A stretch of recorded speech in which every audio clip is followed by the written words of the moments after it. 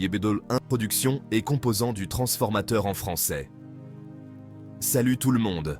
Aujourd'hui, on plonge dans le monde fascinant des transformateurs. Non, pas les robots géants, mais les dispositifs électriques indispensables pour alimenter à peu près tout ce qui nous entoure. Alors, c'est à quoi un transformateur? C'est un appareil qui permet de transférer l'énergie électrique entre deux circuits ou plus, grâce à l'induction électromagnétique. Ce processus peut augmenter, élever ou diminuer, abaisser la tension, rendant les transformateurs essentiels, aussi bien pour la production d'électricité que pour les appareils électroménagers. Décomposons les principaux éléments.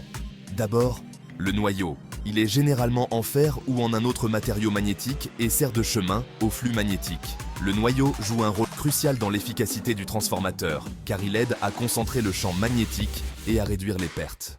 Enroulés autour du noyau, on trouve les enroulements. Ce sont tout simplement des bobines de fil, et un transformateur en possède au moins deux, l'enroulement primaire et l'enroulement secondaire. L'enroulement primaire reçoit la puissance électrique initiale, ce qui crée un champ magnétique. Lorsque ce champ magnétique fluctue, il induit une tension dans l'enroulement secondaire. C'est là que la magie opère, la transformation des niveaux de tension.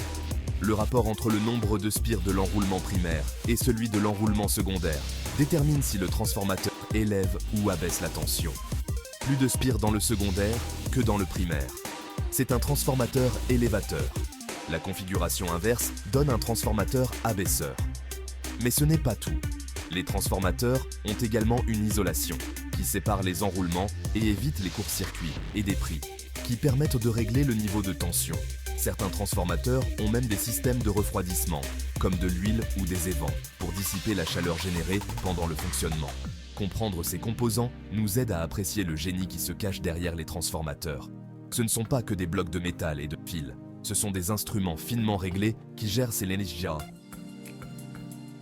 l'énergie électrique avec précision. Voilà, c'est tout pour le fonctionnement interne des transformateurs. Ces appareils sont peut-être cachés en coulisses, mais sans eux, alimenter nos maisons, nos écoles et nos bureaux serait un tout autre défi. Merci d'avoir écouté et restez curieux, mes amis.